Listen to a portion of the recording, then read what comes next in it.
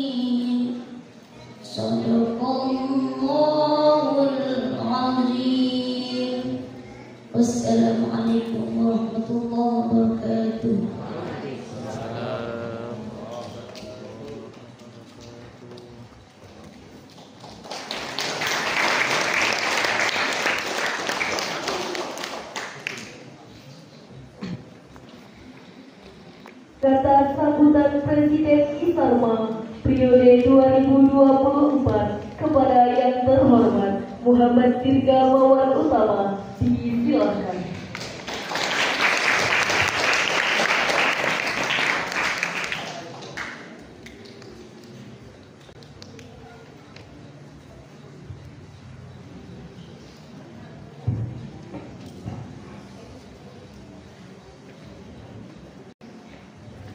Bismillahirrahmanirrahim. Assalamualaikum warahmatullahi wabarakatuh.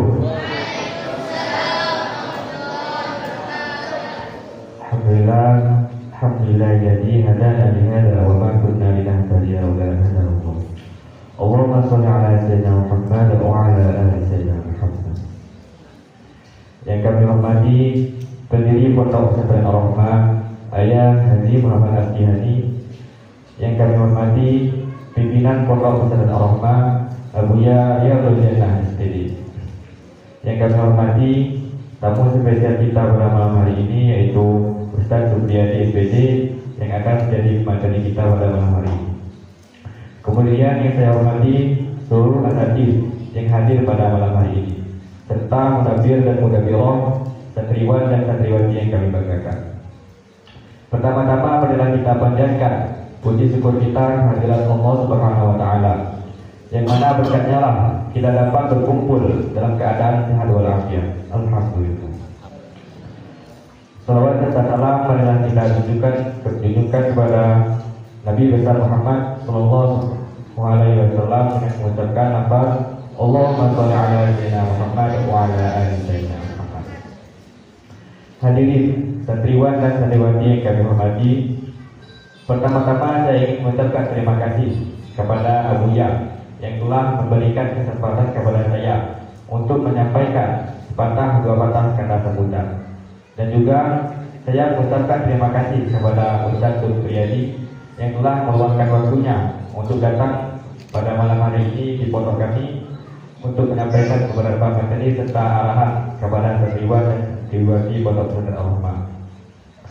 Hadirin santriwan dan santriwati Pondok Pesantren Ar-Rahmah, alhamdulillah pada tanggal 30 Juni 2024, tepatnya pada hari Ahad kemarin, Pondok Pesantren Ar-Rahmah menyambut kedatangan santri baru yang berjumlah kurang lebih 45 santri, yang masing-masing santriwan berjumlah kurang lebih 25 orang dan santriwati yang berjumlah kurang lebih 20 orang, yang insya Allah mereka semua siap untuk menjadi para hafiz dan hafizah penghafal Al-Quran. Hadirin santriwan dan santriwati yang dirahmati Allah, selama 2 hari ini yang dimulai pada hari Senin kemarin, kami organisasi pengurus Isarma atau Ikatan Santri Ar-Rahmah alhamdulillah telah mengadakan kegiatan orientasi atau masa perkenalan kepada santriwan dan santriwati baru Pondok Pesantren Ar-Rahmah. Adapun kegiatan tersebut kami isi dengan beberapa materi. Salah satunya dimulai dari sejarah singkat berdirinya Pondok Pesantren Ar-Rahmah, memperkenalkan kepada santriwati, santriwan dan santriwati para asatidz berdasarkan biodata para asatidz tersebut. Kemudian memperkenalkan seluruh anggota pengurus Isarma kepada santriwan dan santriwati baru, menyampaikan program kerja pengurus Isarma dan banyak lagi materi-materi yang telah kami sampaikan kepada santriwan dan santriwati baru Pondok Pesantren Ar-Rahmah. Hadirin santriwan dan santriwati Pondok Pesantren Ar-Rahmah, mungkin tidak banyak kata sambutan yang saya sampaikan. Selanjutnya kita akan mendengarkan bersama beberapa materi dan arahan dari Ustaz Supriyadi, dan dimohon kepada santriwan dan santriwati untuk mendengarkan dan kalau perlu dicatat apa saja yang akan disampaikan oleh beliau. Mungkin hanya ini yang dapat saya sampaikan. Wabillahi taufiq wal hidayah. Wassalamualaikum warahmatullahi wabarakatuh.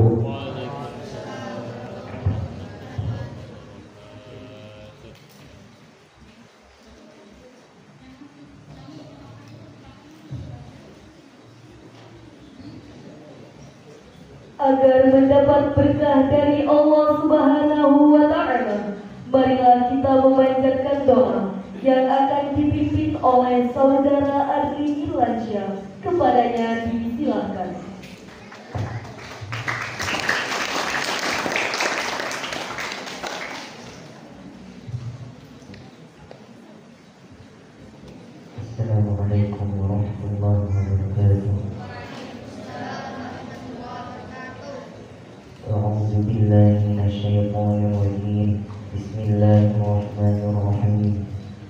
لله رب العالمين حمد الحامدين حمد الشاكرين حمدا يوافي نعمه ويكافئ مزيده يا ربنا لك الحمد كما ينبغي لجلال وجهك الكريم وعظيم سلطانك. اللهم صل على سيدنا محمد وعلى آل سيدنا محمد. اللهم اغفر لنا ذنوبنا ولوالدينا وارحمهم كما ربونا صغارا ولجميع المسلمين والمسلمات والمؤمنين والمؤمنات الأحياء والأموات إنك على كل شيء قدير. رب اغفر لي ولأخي ولأخينا في رحمتك وأنت أرحم الراحمين. اللهم إنا نسألك الهدى والتقى والعفاف والغنى. اللهم إنا نسألك رضاك والجنة ونعوذ بك من سخطك والنار.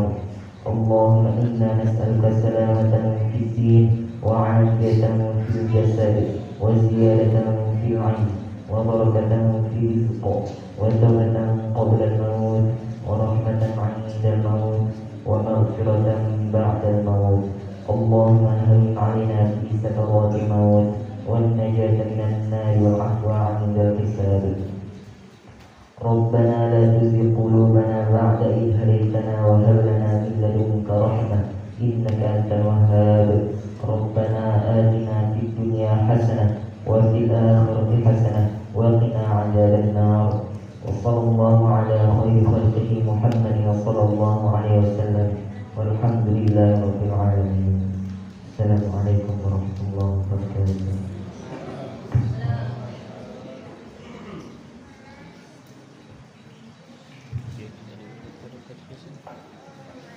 Hadirin yang berbahagia, selanjutnya marilah kita ikuti bersama kuliah umum Pondok Pesantren Al-Rahmah yang akan dipandu oleh yang terhormat Abu Yari Jana SPD. Kepada Abu Yadi silahkan. Saya sebagai pembawa acara pada malam hari ini mohon maaf atas kesalahan dan kehilafan. Billahi taufiq wal hidayah. Wassalamualaikum warahmatullahi wabarakatuh. Waalaikumsalam warahmatullahi wabarakatuh. Jalan baik, jalan, jangan lari, jalan.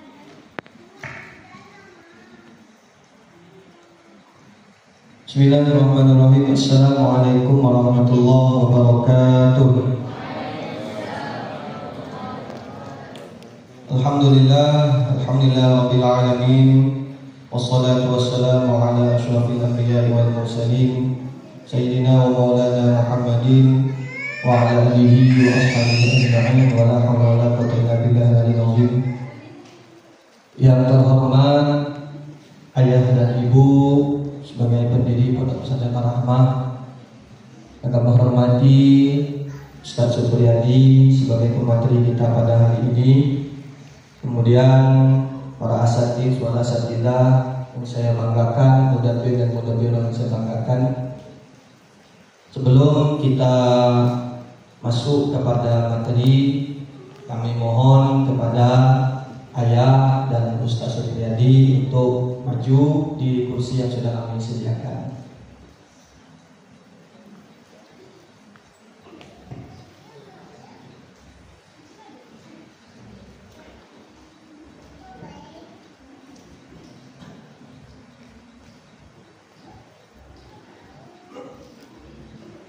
Alhamdulillah, segala puji bagi Allah Subhanahu wa taala.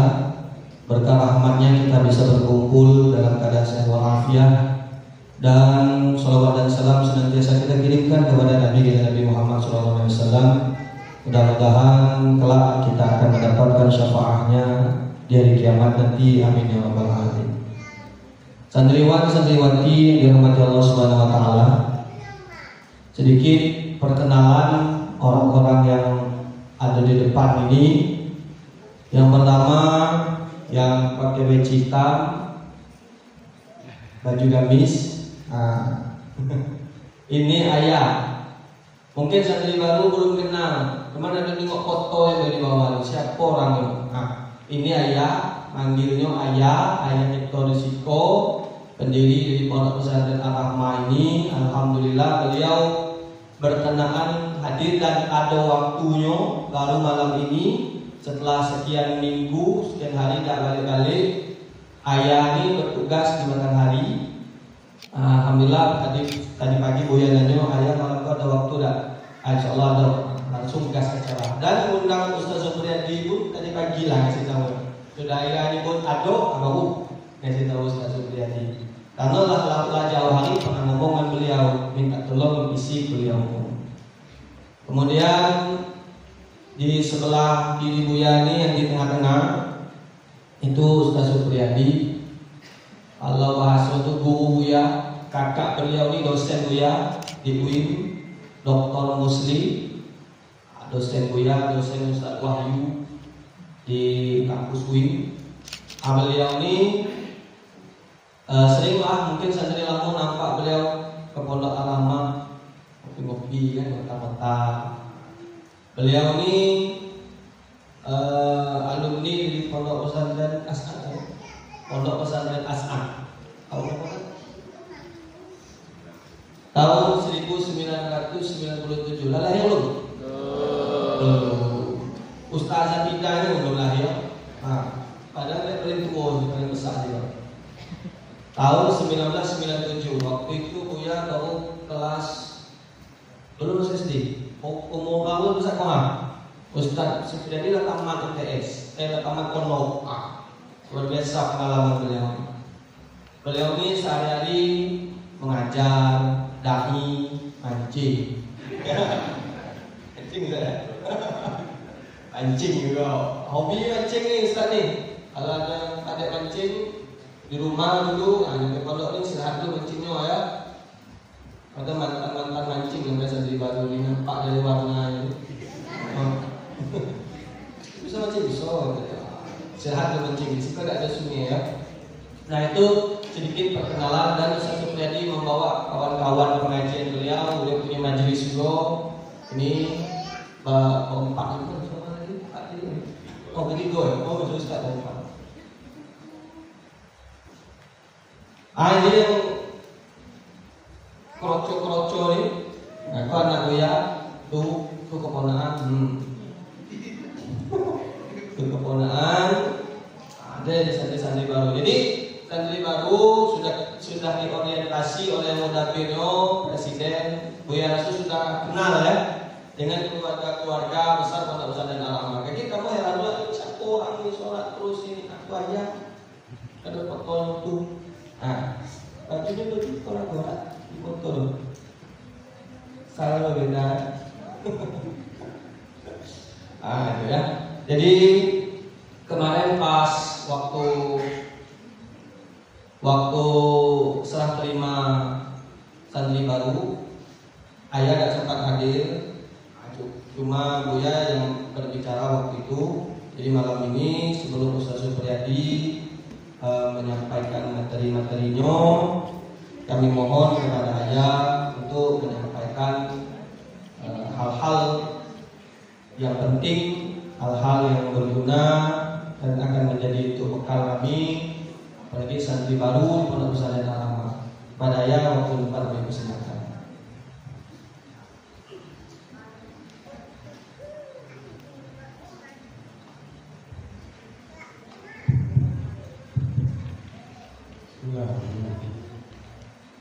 Assalamualaikum warahmatullahi wabarakatuh.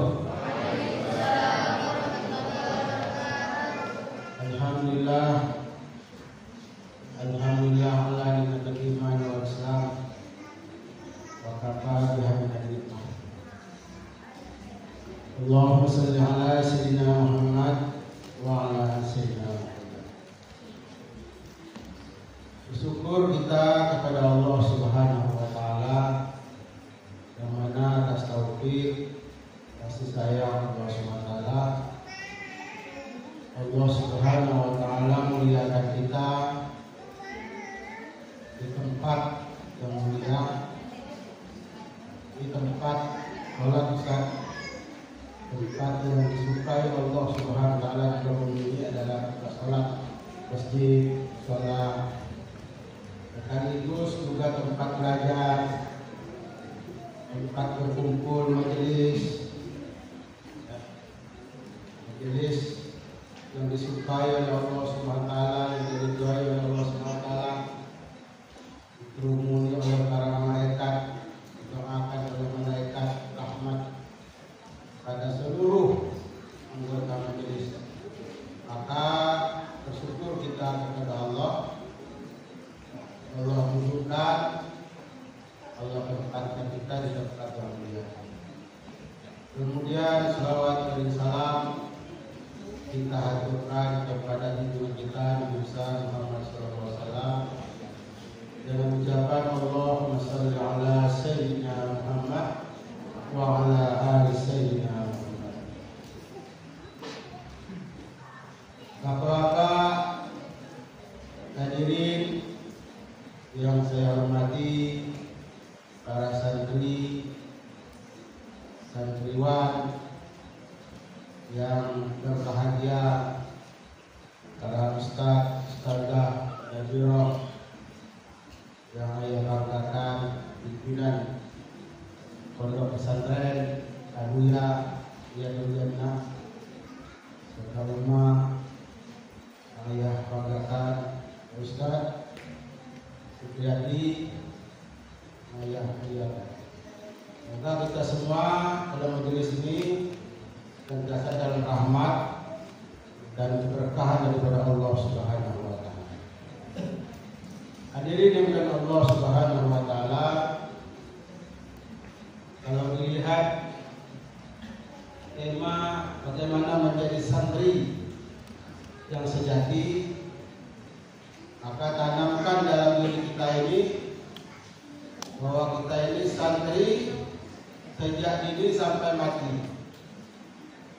Karena menuntut ilmu itu adalah hukumnya wajib, fardu ain, ya. Bahkan dari wayat sampai sakaratul maut. Ilmu yang tertinggi itu adalah ilmu mengenai kalimah la ilaha illallah Muhammadur Rasulullah. Ya. Nah, inilah hakikat santri. Bagaimana kalimah ini, hakikat kalimah ini wujud dalam diri kita. Ya. Karena kalimah inilah yang akan menyelamatkan kita, membahagiakan kita, menyukseskan kita. Nah, kalimah ini mudah diucapkan, tapi hakikatnya bagaimana kita mewujudkan kebesaran Allah dalam diri kita, keagungan Allah dalam diri kita, ketakwaan kita kepada Allah,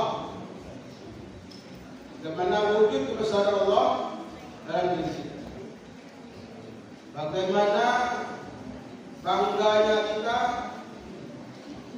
tenangnya kita, merasa bahagia kita sebagai umat baginda Nabi Sallallahu Alaihi Wasallam.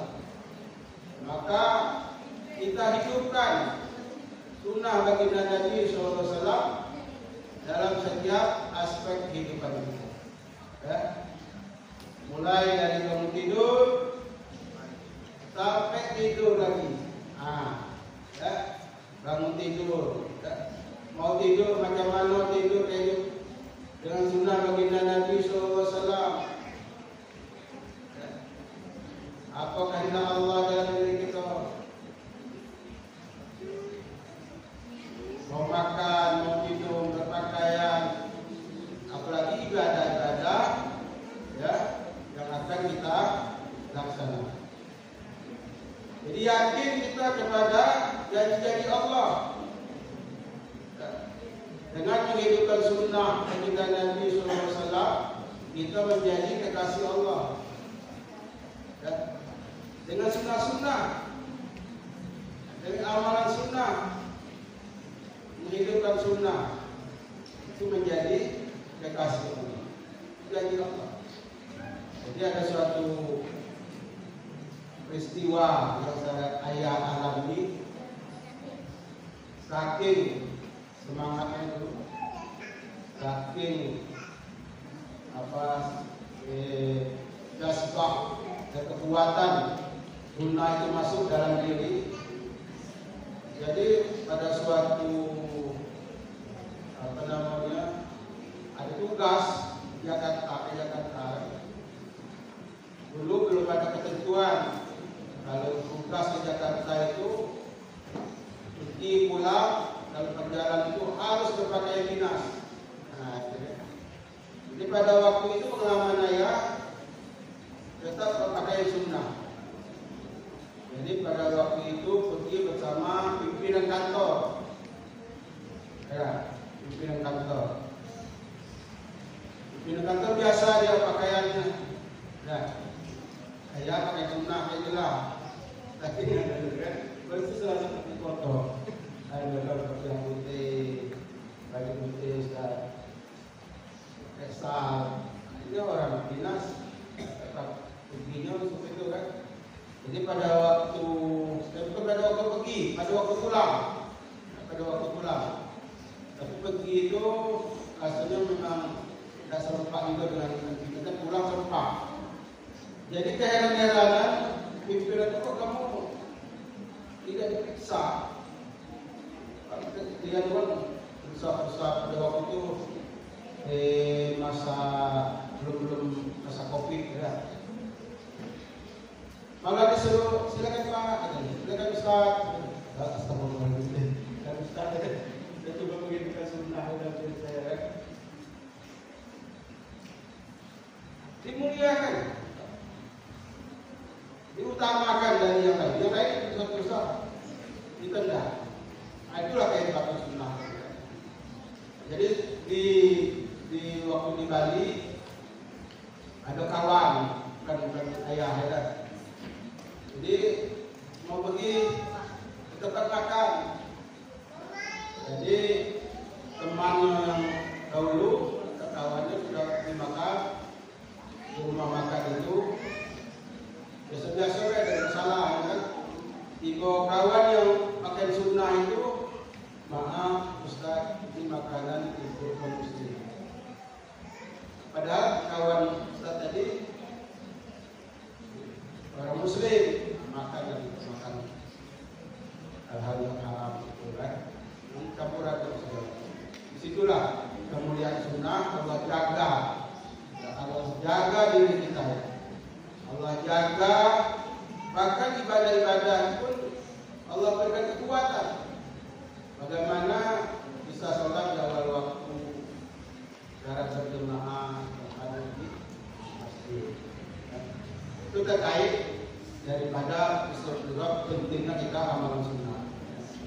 Jadi terkait daripada tema pada malam hari ini, bagaimana santri yang sejati, maka tanamkan kecintaan kita kepada baginda Nabi SAW dengan menghidupkan sunnah baginda Nabi SAW dalam kehidupan kita. Dan hal ini akan dijadikan sayang Allah kepada kita, menjadi kekasih Allah, keridhaan Allah. Jadi niatkan dalam diri kita menjadi santri yang sejati. Dan kita cukup santri itu selama 3 tahun, 6 tahun, 7 tahun. Ya. Dari saat ini sampai mati. Karena kalau ini adalah santri, ya. Belajar, ya. Menuntut, ya. Yang paling ilmu yang paling tinggi itu adalah kalimah la ilaha illallah Muhammadur Rasulullah. Jadi ini wujud betul dalam diri kita, dalam kehidupan kita. Mungkin itu saja yang dapat saya sampaikan pada kesempatan ini. Semoga apa yang disampaikan diberikan kepahaman, diberikan kekuatan, kemudahan untuk mengamalkan. Kemudian itu nanti insyaallah ya, akan dibahas kupas dan lebar secara mendalam. Hal itu diharapkan semua santri buka ya, buka 4 hal. Pertama, mata buka dibuka, pikiran dibuka, hati dibuka. Itu menerima ya, apa yang disampaikan kepada agama. Dan tutup juga, ya tutup beberapa saluran, ya dulu yang bicara dengarkan yang bicara, ya salah ya.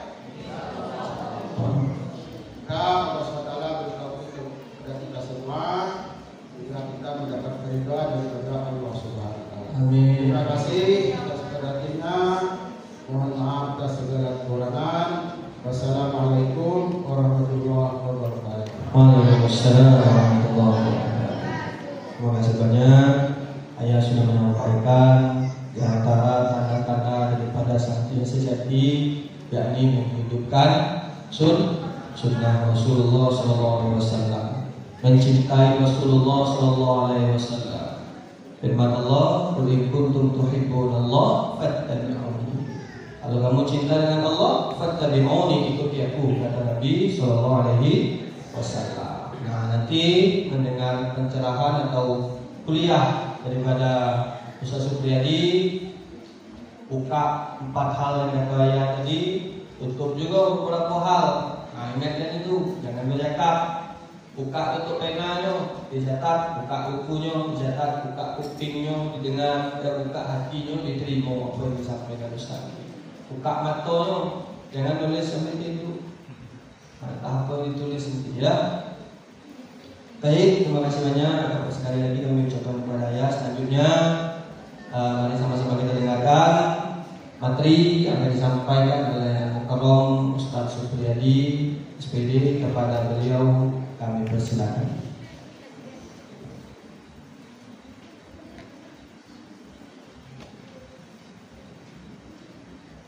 Assalamualaikum warahmatullahi wabarakatuh.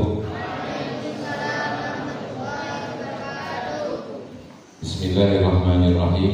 Alhamdulillah. Wassalatu wassalamu ala Rasulillah wa ala alihi wa sahbihi wa mawala. Allahumma inna nas'aluka ilman nafi'a wa na'udzubika min ilmin la yanfa'. Amin. Allahumma amin.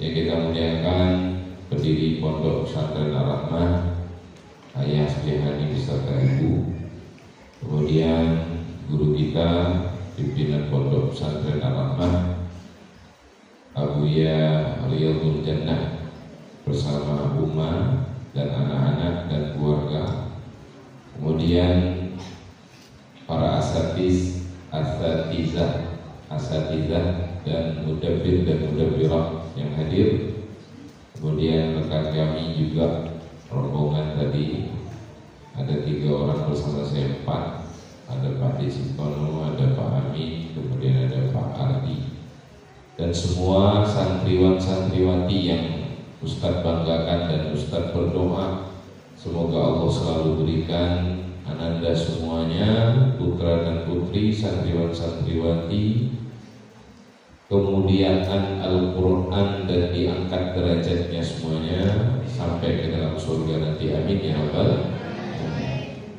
Alhamdulillah, puji syukur kepada Allah, salawat dan salam kita sampaikan kepada baginda Nabi kita Muhammad sallallahu alaihi wasallam. Bapak Ibu dan rekan-rekan sekalian, anak-anak Ustaz,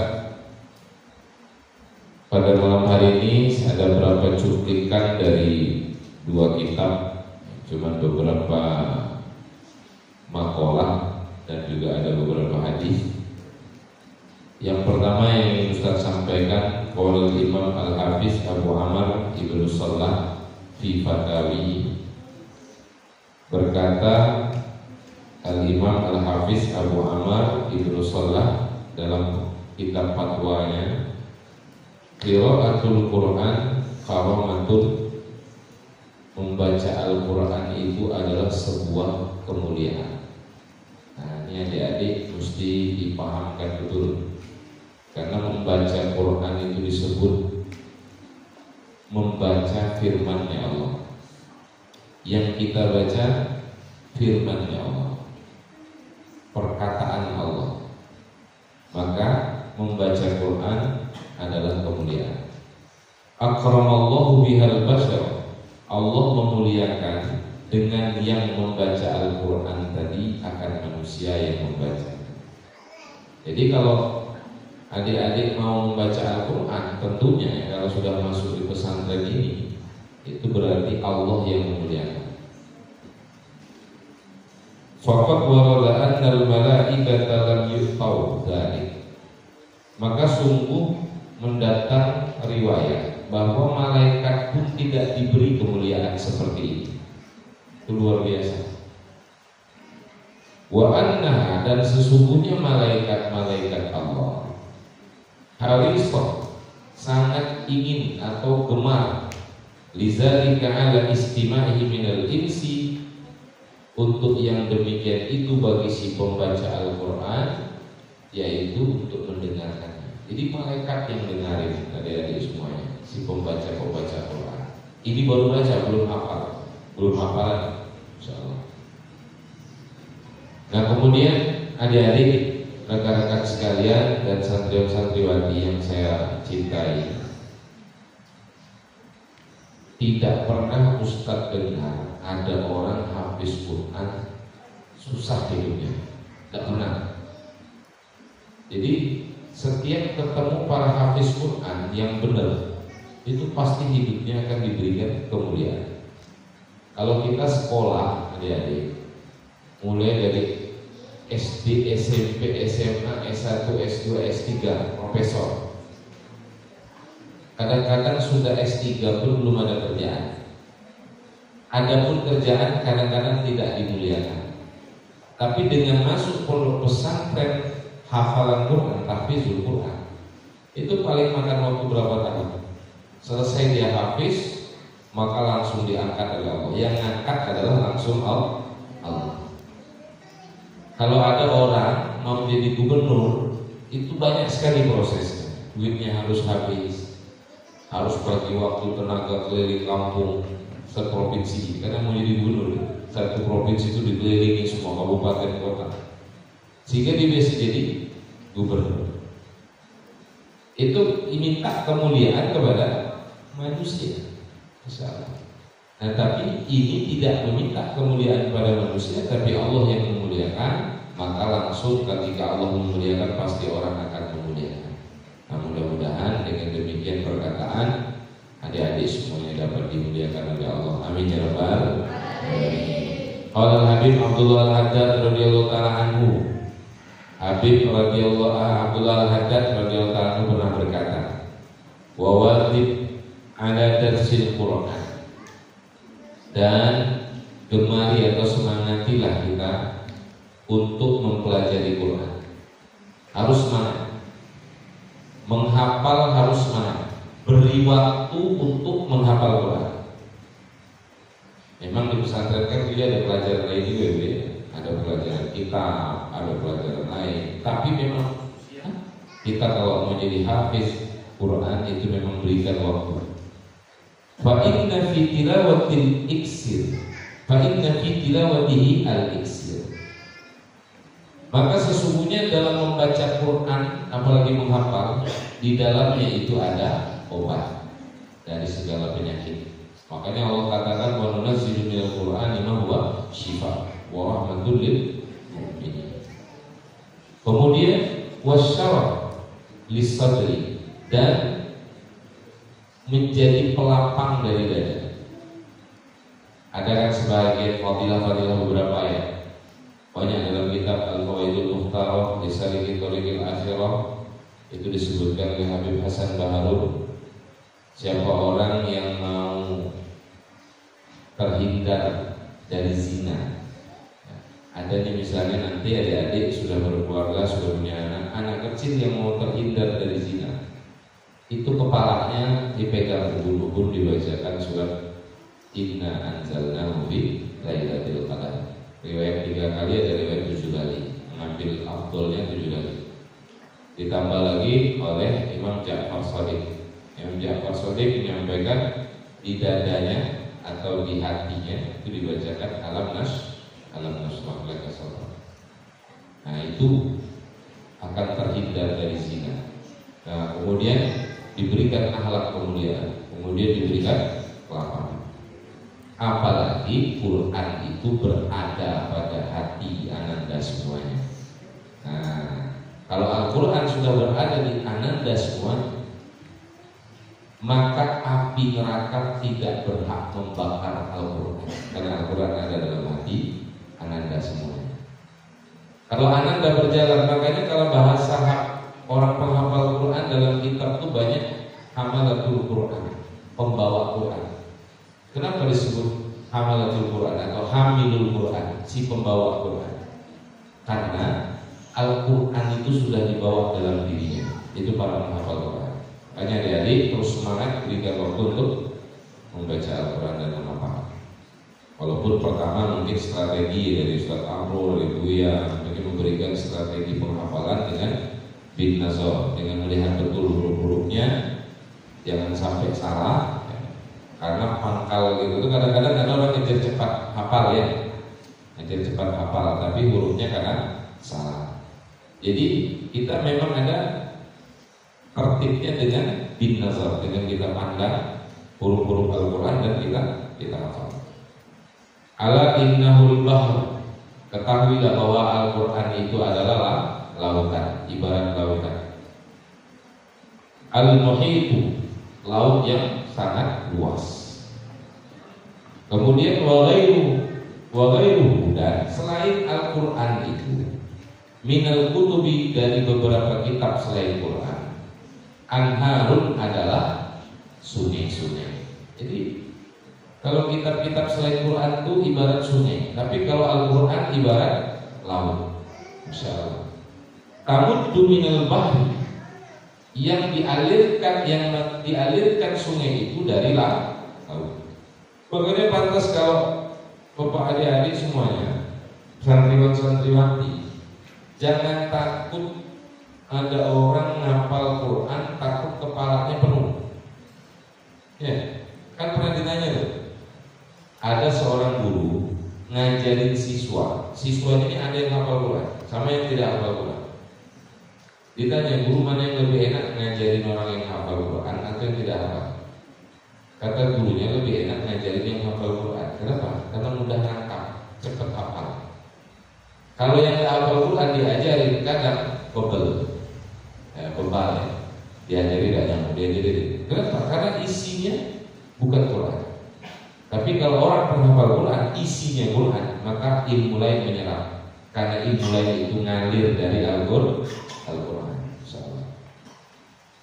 Tadabbur ma'aniyahu, maka mentadabburi maknanya, nanti tingkatan setelahnya. Waratilhu khasyi'an, dan membaca tartil secara khusyuk. Kemudian tafuzu minal asrari bil kanzi wad dhukhri, maka kamu akan mendapatkan daripada rahasia-rahasia Quran. Kalau kita khusyuk dengan bertadabbur, kita dapat rahasia. Kalau tartil saja, tartil itu bacanya jangan gesa-gesa. Tartil itu dibaca secara lambat dan benar makharijul hurufnya, maka dia akan mendapatkan asrar, rahasia-rahasia. Masya Allah, itu luar biasa dari Al-Quran. Rahasia Quran akan menempel pada diri. Ustaz sering ditanya, Buya, ada masalah nih Ustaz, tanya ayatnya apa? Penting juga Ustaz, atau juga Ustaz. Berarti Ustaz lebih luas ilmunya. Kenapa? Karena Al-Quran itu mengalirkan kepada ilmu-ilmu yang lain. Nah, itu keuntungan orang yang hafal Quran. Qala Habib Muhammad bin Hasan Jamalul Lail radhiyallahu ta'ala, idza zaharal qalbu, idza zaharal qalbu, apabila toharo suci, al-qalbu hati itu suci, lam yushbah min qira'atil Quran, dia tidak akan pernah kenyang daripada membaca Al-Quran. Jadi adik-adik besok kalau dia mulaklah malas baca Quran, mulak malas ngapal, berarti hatinya sedang kotor. Kalau orang hatinya bersih, dia tidak pernah kenyang untuk membaca Quran dan menghafal, tidak pernah kenyang. Terus dia baca, tidak pernah bosan. Dia akan terus baca. Setelah ini baca, setelah ini baca, setelah ini baca. Nah kemudian kalau Habib Ali Habsyi, ata'jabu minal insan yaqul, aku kok heran ada manusia yang berkata, li dhiqun li hammun, aku punya sempitan. Maksudnya kesempitan itu ada rezekinya yang sulit, ya, kehidupan yang sempit. Li hammun, aku punya kegalauan, gandum, gundah ya. Kalau kita bahas anak sekarang ini galau. Kemudian wa indahul Quran, padahal di sisinya ada Quran. Berarti ya, apapun masalah itu jawabannya adalah Quran. Induk dari semua solusi adalah Al-Quran. Pokoknya adik-adik istiqomah saja dalam menghafal Quran, maka dia akan mendapatkan hasil dari hafalan dan bacaan. Qala ba'duhum man arada majalisat ar-Rahman, siapa yang mau sekedudukan dengan Allah. Maksudnya apa? Semajelis dengan Allah. Jangan kita bayangkan Allah tuh duduk kayak manusia, enggak. Semajelis dengan Allah itu menjadi keluarganya Allah. Maka dalam ayat hadis qudsi, inna lillahi ahlina minan nas. Bagi Allah tuh punya keluarga dari golongan manusia. Siapa itu? Yaitu ahlul Quran. Dia adalah orang yang mau membaca Al-Quran dan menghafal Quran. Yang santriwati sama santriwan itu kira-kira kalau ditanya senang gak jadi keluarga Allah? Senang ya? Kalau jadi keluarga Allah itu melebihi dari keluarga presiden. Orang jadi keluarga presiden itu senang luar biasa, dikenal lewatnya keluarga presiden, keluarga gubernur saja. Kalau dia lewat, itu keluarganya Pak Gubernur, senang dia. Ini bukan gubernur, bukan presiden, tapi yang menciptakan, yaitu Allah Subhanahu wa Ta'ala. Siapa dia? Orang yang mau menghafal Quran. Nah, kemudian oleh Sayyidina Ja'far Shadiq radhiyallahu ta'ala anhu. Nah, ini luar biasa kalimatnya. Ja'far Shadiq pernah berkata, man arada ayyukallimahullah, siapa yang mau ia diajak ngobrol sama Allah. Siapa yang ia mau diajak ngobrol oleh Allah, falyaqra'il Qur'an, maka bacalah ia Al-Qur'an. Wa man arada ayyukallimallah, tapi siapa yang mau ia bicara kepada Allah. Kalau tadi Allah ingin bicara sama kita, nah Allah ngajak ngomong. Kalau Allah mau ngajak ngomong sama kita, kita baca Quran. Itu berarti Allah pengen ngajak ngomong dengan kita. Tapi kalau kita mau ngomong sama Allah, apa kata bahasa Imam Ja'far Shadiq? Fadiyatahu, maka berdoalah kepada Allah. Wa tadarru, maka bertadarru lahu fis sujud, kepada Allah dalam sujud. Maksudnya apa? Sholat. Kalau kita mau ngomong sama Allah, sholat. Nggak sujud, kita doa. Itu kalau kita yang mau berhajat sama Allah. Tapi kalau mau Allah yang ngomong sama kita, kita baca doa. Mafhum mukhalafahnya, ya, arti kebalikannya itu di mana? Lawan bahasanya. Lawan bahasanya, jika kita tidak mau baca Quran, jangan-jangan Allah tidak mau negur kita dia. Kita tidak ditegur Buya itu pentingnya. Nah, kita lewat. Assalamualaikum Buya diam. Apa nih? Ya, apa lagi ditegur Allah? Jadi jangan sampai kita tidak mau membaca Quran. Kalau hati kita sudah terdorong, maka berarti jangan-jangan Allah sedang benci, sedang tidak mau ngomong dengan kita. Nah, jangan sampai demikian, insya Allah.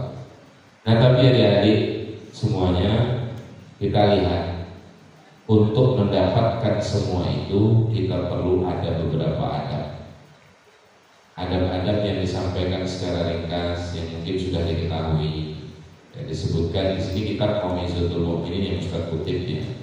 Ini Ustaz potong-potong. Al-adabul awal fi hadil qari. Adab pertama adalah pada keadaan orang yang membaca Quran. Siapa dia? Kita yang membaca Quran. Dia harus bagaimana?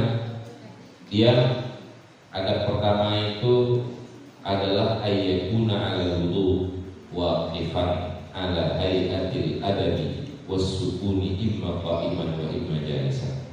Dia harus dalam keadaan berwudu, baik atas segala keadaan, tenang atas segala keadaan.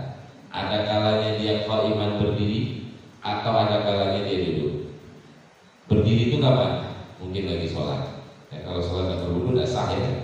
Nah, mustaqbilal qiblah kalau bisa menghadap qiblah itu kalau bisa.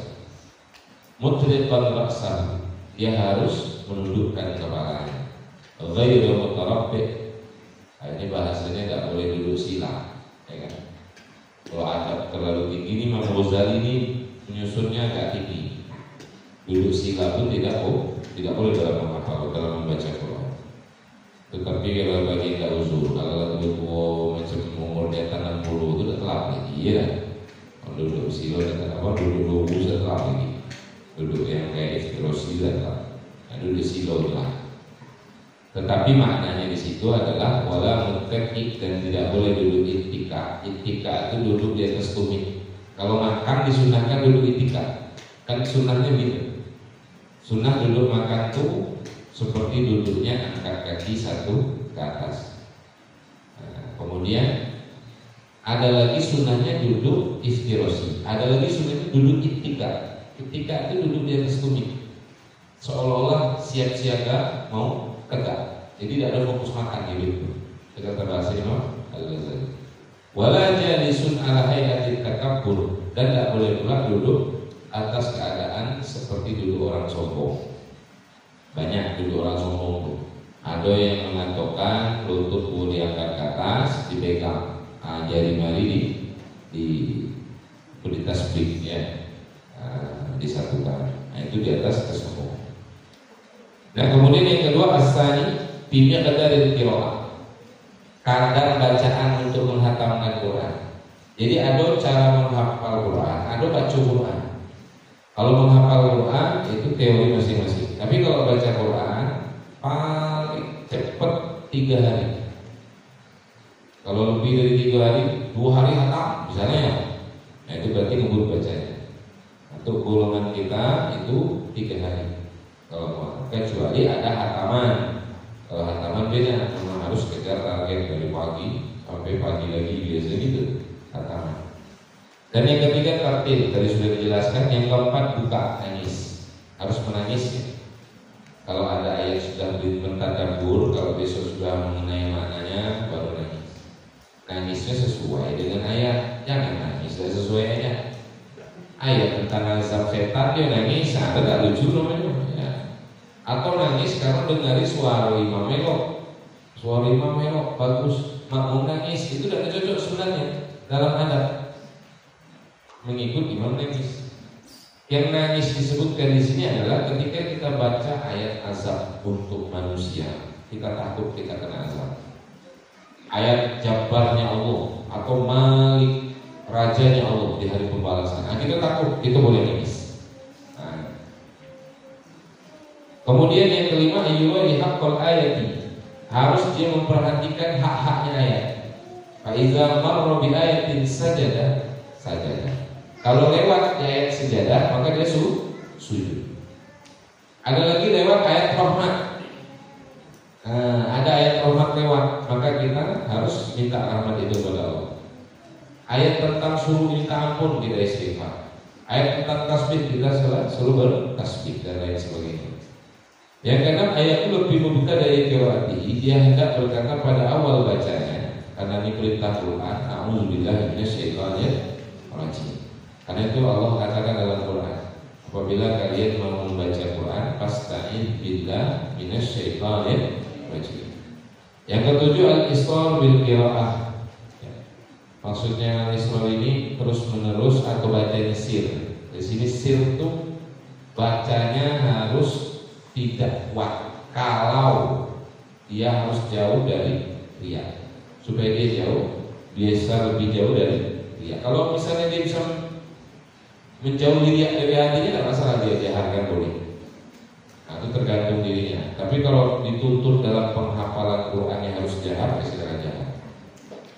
Nah, yang terakhir tahsinul qiraah. Kita harus baca harus tahsin. Karena kalau salah baca, salah huruf, salah makna. Gak mungkin kita menyampaikan kalam Allah dengan kalam yang salah. Nah ini yang bahayanya. Nah itu mesti benar-benar belajar. Kemudian adik-adik dan rekan-rekan semuanya, Bapak Ibu, para ustaz dan ustazah, kita lihat tidak akan mampu kita bisa mendapatkan ilmu atau hafalan Al-Quran kalau kita tidak berkait dengan guru-guru yang mengajarkan. Maka ustaz tampilkan juga di situ ada murid ma'asyihi, adabnya seorang murid bersama gurunya. Yang harus pelajarin adik-adik ya. Biarlah dia hafalan hebat tapi sama gurunya tidak beradab, jangan harap dia mendapatkan sesuatu. Coba kita baca. Qala ba'duhum, sebagian ulama telah berkata sab'una fi mi'atin, 70%. Annal ilma, bahwasanya ilmu itu apapun ya, yana bisa babi quwwatir rabitati bainal muridi wasayyidi. Dia didapati ilmu itu disebabkan kuatnya hubungan antara murid dengan gurunya. Kita murid-murid harus kuat hubungan sama guru-guru kita. Caranya bagaimana? Karena Imam Nawawi ini salah satunya mendapatkan karomah, ilmunya luar biasa. Banyak kitab yang digarapnya. Dia itu ada kebiasaan sehingga membuat dia itu hubungan sama gurunya baik terus. Salah satu cara. Idza kharaja lidarsi, apabila Imam Nawawi itu mau keluar belajar, liyaqra ala syekhihi, dia mau belajar sama gurunya, liyaqra dia. Yatasaddaqu anhu, maka dia membenarkan darinya, fit thariq, pada jalan, bima tayassara, dengan sesuatu yang ia anggap mudah. Jadi dia tidak mengambil itu. Wa yaqul, dia berdoa, Allahumma astur anni, ya Allah, tutuplah dariku aiba muallimi, kejelekan guru-guruku. Itu doanya Imam Nawawi, sehingga dia bisa besar dan hebat. Ya Allah, tutuplah aib guru-guruku dariku. Kemudian hatta la taqwa aini lahu, sehingga tidak pernah jatuh mataku lahu padanya, ala naqisatin, atas kekurangannya, wala yubadhiruni, dan tidak ada yang menyampaikan pada dzalik, tentang keburukan kekurangannya itu, anhu, darinya, guruku, ahadun, seseorang pun. Maksudnya apa? Imam Nawawi itu tidak mau tahu ada kejelekan gurunya, tahu sama dia. Tolong tutupi aib guruku ya Allah untuk diriku, aku tidak tahu. Jangan sampai ada yang cerita tentang guruku buruk untukku. Jadi kalau seperti itu hubungan sama gurunya baik terus. Ini kadang-kadang gurunya malah dicari aib, ya, malah dicari aib. Tengok ustaz nih, itu kayak gini, aibnya dicari, ya, tidak boleh. Tidak bakal ilmu itu berkah. Ya. Nah kemudian selanjutnya, ruya fil hadis, diriwayatkan dalam sebuah hadis, aba uka salasa, bapak-bapak, adik-adik semua itu ada 3. Yang pertama, abu kallazi waladaka, bapakmu yang melahirkan, itu 1. Yang kedua, waladzi zawwajaka ibnatahu, bapakmu yang menikahkanmu dengan anak perempuan. Nah, itu bapak juga. Yang ketiga, waladzi 'allamaka wa huwa afdalu, dan bapak yang ngajari kamu ilmu, dan dialah lebih afdal dari bapak-bapak yang tadi. Jadi guru itu lebih afdal daripada bapak atau mertua. Masya Allah. Apa dalilnya? Qala ba'du haqqul mu'allim wal mursyid ahadu min haqqil walid. Haknya guru atau mursyid, pembimbing. Adik-adik ini kalau sudah di pesantren Ar-Rahmah, itu bukan hanya mu'allim tapi mursyid. Kalau di pesantren itu sudah mursyid tingkatannya. Kenapa? Beda mu'allim sama mursyid itu beda. Kalau mu'allim ngajarin ilmu, ngajari bagaimana cara dia, kalau dalam matematika kali-kalian, ya, ngajarin bahasa Inggris, bahasa Arab. Tapi kalau mursyid, bangunin subuh, nyuruh tahajud, ya, mencutin kalau salah, disimak hafalan, itu sudah mursyid tingkatnya, sudah membimbing. Nah itu manusia. Dia lebih berhak, lebih kuat berhaknya daripada haknya orang tua. Li'annal walid, alasannya apa? Karena orang tua yang melahirkan kita, yahfazul walad, menjaga anaknya minal afat, daripada kesusahan atau kesakitan alladhi yang tuksha, ditakutkan, alaihi, daripadanya, minha min jismihi wa dunia. Kalau bapak sama anak itu dijaga jasadnya supaya tidak sakit dan dunianya. Nah, wa yutasabbabu, dan disebabkan lahu bi tahsili ma talazzatu bihi wa tasrih ilaihi nafsuhu min ahwali ma'asi.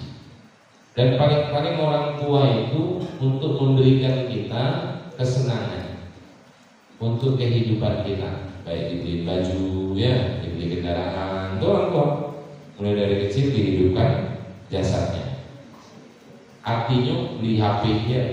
Artinya orang tua itu menghidupkan jasad. Tapi wal muallim wal mursyid, guru atau pembimbing, yang fazuhu bi ta'limihi wa irsalihi, dia yang mengajari ilmu padanya, membuat dia cerdas dengan pengetahuan. Bahasa yang lain, kalau orang tua itu orang tua jasad, kalau guru itu orang tua roh.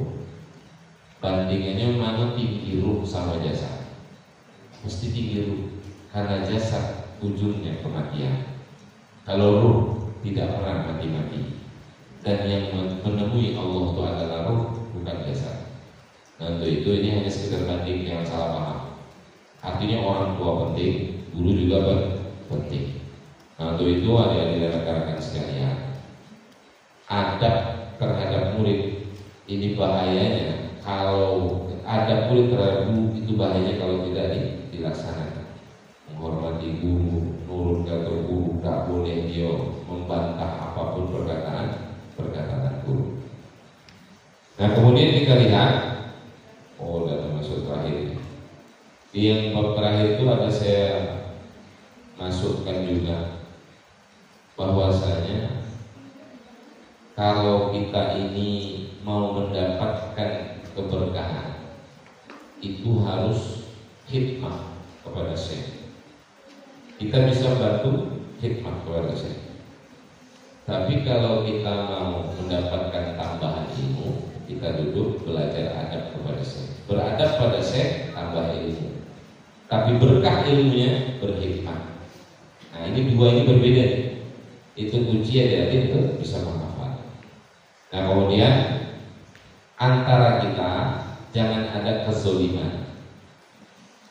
Karena karakter si pembaca Quran, jangankan penghafal Quran, karakter si pembaca Quran tidak akan melahirkan orang-orang yang zolim. Terus kita Ustaz tanya, adik-adik ada tak orang penghafal Quran itu zolim? Nah, karena yang dibawanya Al-Quran. Jadi karakter akhlaknya orang yang menghafal Quran itu tidak pernah berbuat zolim. Kalau berbuat zolim langsung selesaikan. Sampai Allah berkata, inni zolimun. Padahal dalam hadis qudsi lain Allah menyatakan inni haramtu zulma. Tapi Allah katakan di hadis qudsi yang ini, inni zolimun, aku ni zolim, kata Allah. Jika tidak membalas kepada orang yang berbuat zolim. Berarti adik-adik, kalau ada orang yang zolim sama kita, sebenarnya tidak kita balas, itu akan dibalas Allah langsung. Jadi karakter kita jangan mau membalas orang yang buat zolim pada kita. Dan kalau kita ini orang Quran, jangan mau berbuat zolim terhadap orang lain. Ini haram tu zulma, kata Allah. Aku haramkan kezoliman. Siapa yang buat zolim maka ia akan membalas kezoliman itu tanpa orang itu membalasnya. Nah jadi kita jangan capek-capek kalau orang ejek, ya. Jangan bully, apalagi kakak tingkat sama adik kelas, ya. Tidak boleh. Yang manusia di pondok dulu kalau sudah jadi kelas 3, anak kelas 1 sarung dibuatnya. Ya. Nah, kalau di Quran tidak boleh ditunjukkan demikian. Kenapa? Karena kita bawa ini akhlak Quran. Pesantren bebas itu belum tentu dia bisa menghafal Quran. Tidak semuanya. Di pesantren Ar-Rahmah menghafal Quran dapat, belajar kitab dapat, menjadi santri juga bisa. Nah, justru di pesantren Ar-Rahmah jangan ada kezaliman di antara kita. Itu ya. Orang yang zalim itu dalam Quran kan disebutkan ya, wailul likulli humazatin lumazah. Wail, celaka atau neraka. Likulli, bagi setiap humazah dan lumazah. Humazah itu dalam tafsir ngejek dengan omongan. Lumazah ngejek dengan perbuatan. Berarti zalim tuh. Kalau ada ngejek dengan omongan, diejeknya. Kaumnya di kelas ditijui lah, cuma diejek terus ya. Nah itu namanya humazah. Tapi kalau dia sudah main tangan, itu lumazah. Dua-duanya neraka. Nah, jangan sampai begitu. Tunjukkan akhlak Quran dalam diri kita. Kalau kita memang benar-benar menghafal Quran. Ustaz doakan semuanya dengan tekun, jangan pantang mundur. Kalau sudah jeblos di dalam pesantren, maka harus selesai. Tunjukkan kita bahwa kita akan bisa mengangkat derajat ibu kita dalam surga nantinya. Amin ya teman.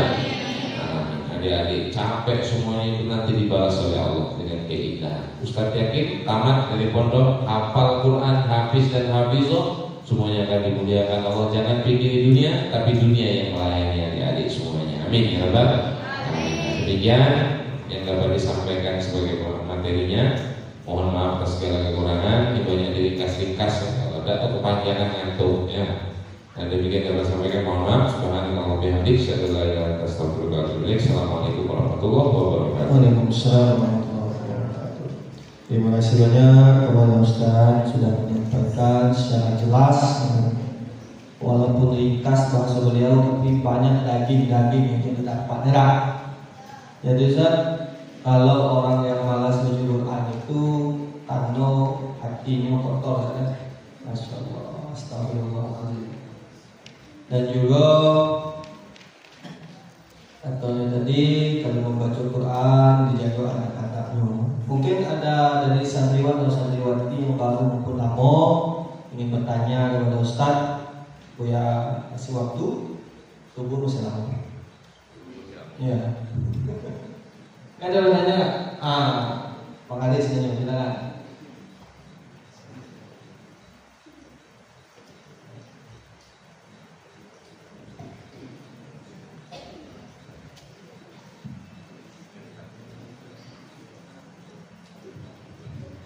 Assalamualaikum warahmatullahi wabarakatuh. Ustaz.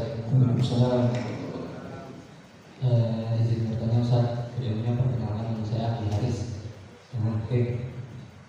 Tadi berkaitan dengan zalim Ustaz.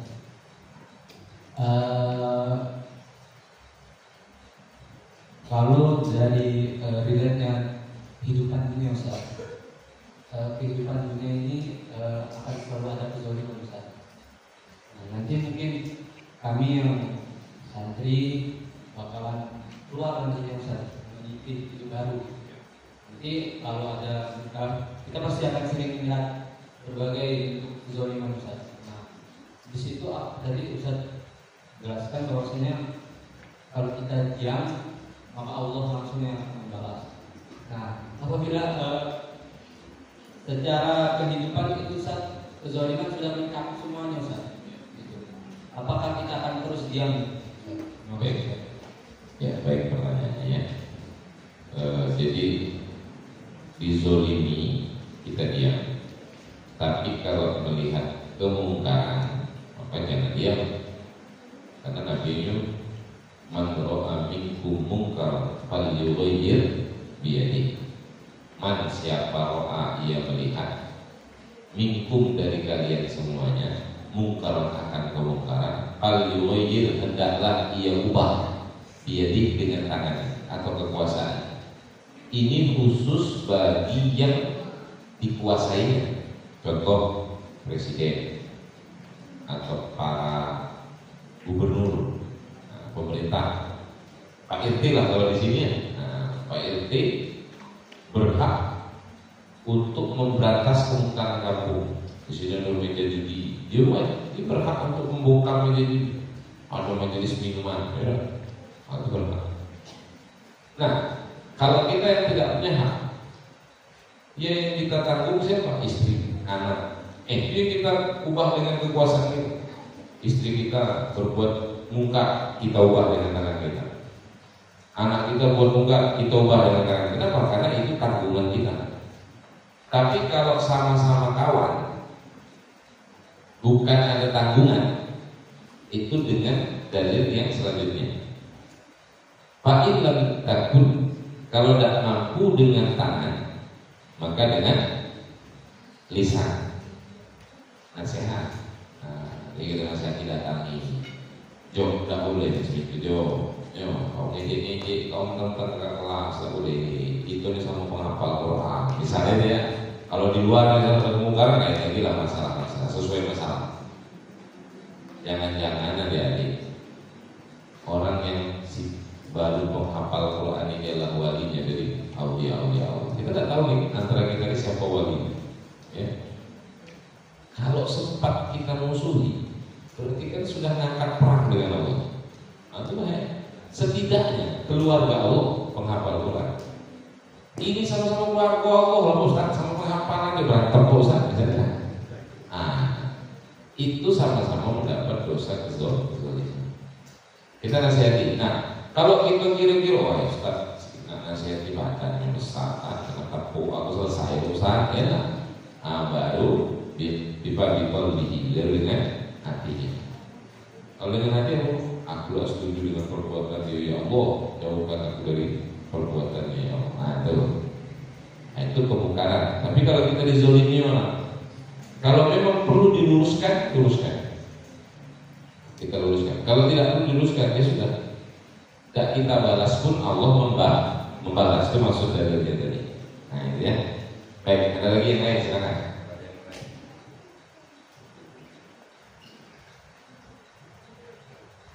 Mungkin kan ada masih bingung anak-anak ini zolim dengan mungkar itu beda ya Ustaz. Zolim, mungkar. Kalau zolim itu bahasa asalnya gelap, ya, gelap. Orang yang berbuat tidak dibenarkan oleh Allah untuk orang lain. Nah, itu zolim. Tidak menempatkan pada tempatnya, itu zolim. Nah, contohnya kita punya tanggungan 2. Tanggungan 1 kita kasih 10.000, tanggungan 2 kita kasih 5.000. Sebenarnya itu sudah zolim. Tidak menempatkan pada tempat. Tapi kalau kemungkaran itu sesuatu yang diperbuat untuk melanggar larangan Allah, baik dia secara sembunyi-sembunyi atau terang-terangan. Seperti apa? Berbuat dosa besar, minum khamar. Nah, ada yang jenisnya paksa itu keji, seperti zina, pacaran. Pacaran itu paksa, Nah, kalau kemungkaran itu sesuatu perbuatan dosa yang memang menyebabkan dia dosa besar, dosa kepada Allah. Ya, seperti judi, pembunuhan dan lain sebagainya, minum khamar. Nah, itu kira-kira Allah. Ada lagi yang lain? Baik, ada lagi dari santri ingin bertanya. Jadi untuk santri, santriwan, santriwati kita sama-sama menghafal Quran, jadi sama-sama ahlullah. Ya kata Ustaz tadi, kalau kamu bertinju bersama Allah bertinju, ada pada zolim. Ada yang tinju tadi. Ada yang kemarin nampak di CCTV itu. Ada tuh ada CCTV tadi. Nampak di CCTV tinju loh. Nah, tapi mudah-mudahan yang bertinju orang sudah maafkan ya.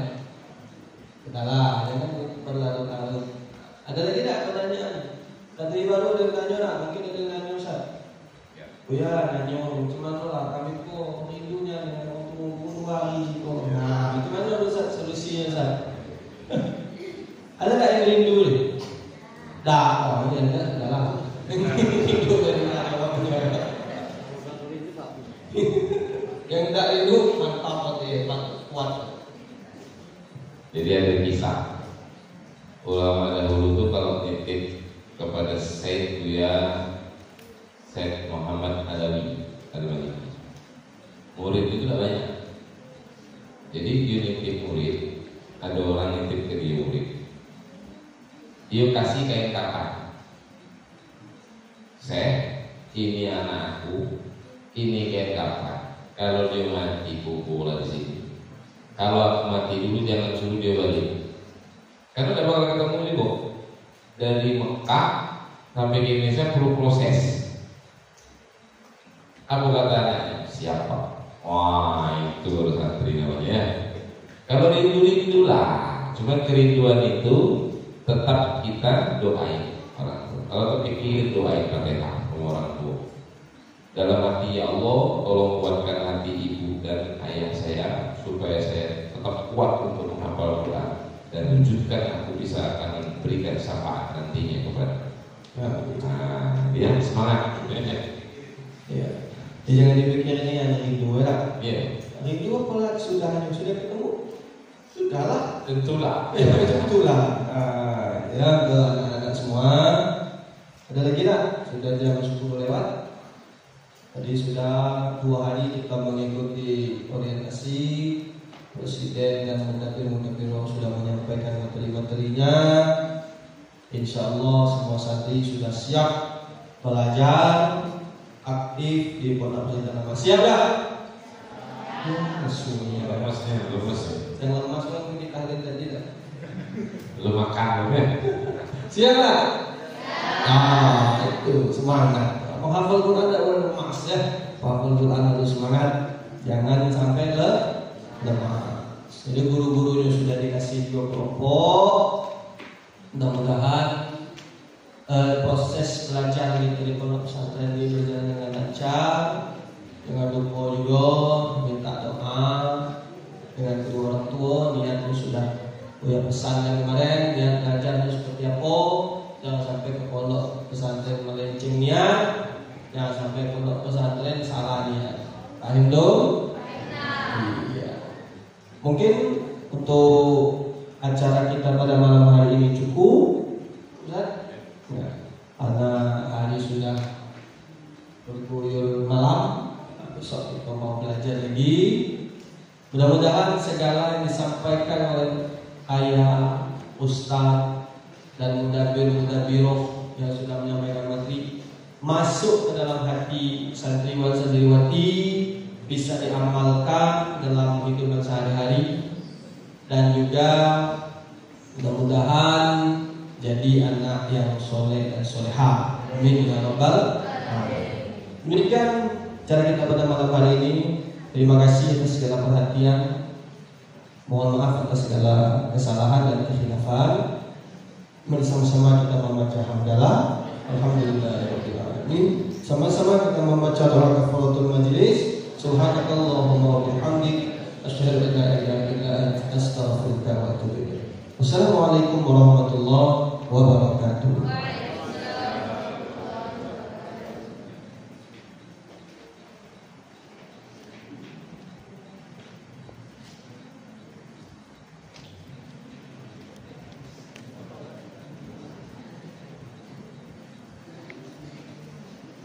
Tolong mudabir meja kan Pak.